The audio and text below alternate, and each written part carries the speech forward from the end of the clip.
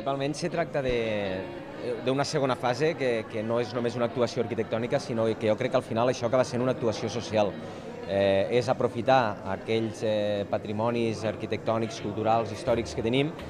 i la façana fluvial ne té molts, i aprofitar-los, restaurar-los perquè la gent els pugui gaudir, però sobretot també per a ficar en valor el que ha sigut la nostra història, no? Perquè durant molts d'anys sí que és veritat que se n'han recuperat de valors patrimonials, però segurament el més intens, el més important, aquell pel qual Amposta existeix on existeix, que és a la vora del riu, no? I és la façana fluvial, s'ha anat deixant i pensem que és el moment d'actuar, sobretot perquè conté elements de diverses èpoques de la nostra ciutat i Amposta ha anat creixent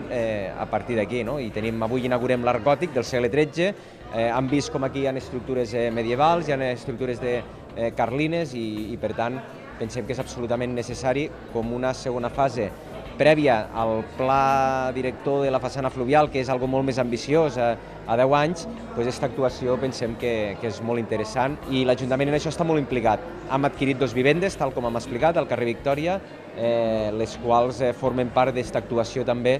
i per tant ho vivim amb molta il·lusió, sobretot perquè ara som un equip de govern, però durant molts d'anys vam ser un equip a l'oposició i mentre vam ser un equip a l'oposició vam reivindicar fer aquestes actuacions i ara que tenim la responsabilitat i la coherència de fer-les.